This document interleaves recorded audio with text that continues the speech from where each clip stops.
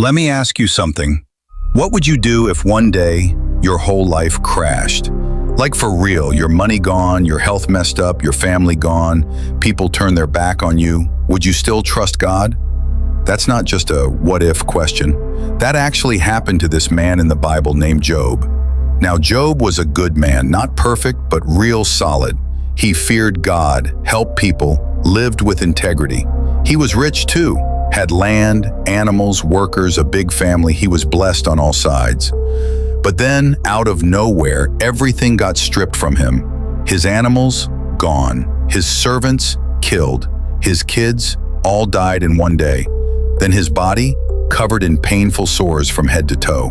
Like, bro, imagine being at the top, and in one moment, you drop to the bottom. No warning, no explanation.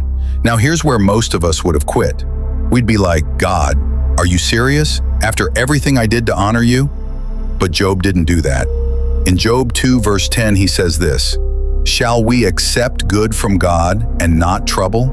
Man, that verse hits different.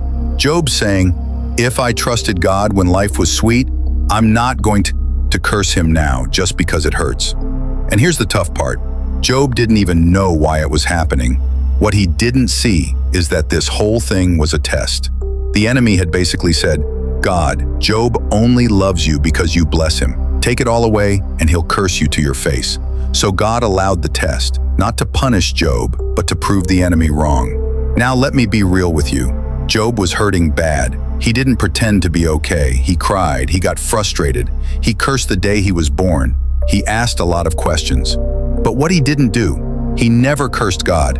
He never walked away from him. Even when his own wife told him, just curse God and die, he was like, nah, I'm not doing that. He had friends who came and tried to help, but all they did was accuse him.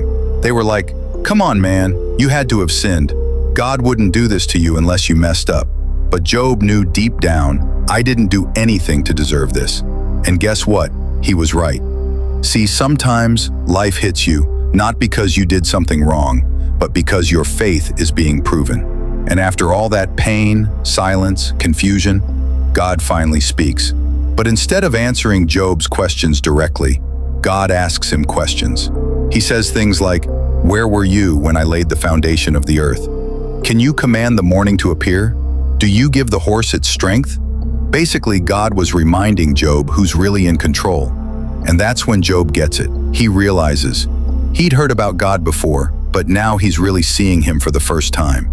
That's why in Job 42 verse 5, Job says, my ears had heard of you, but now my eyes have seen you.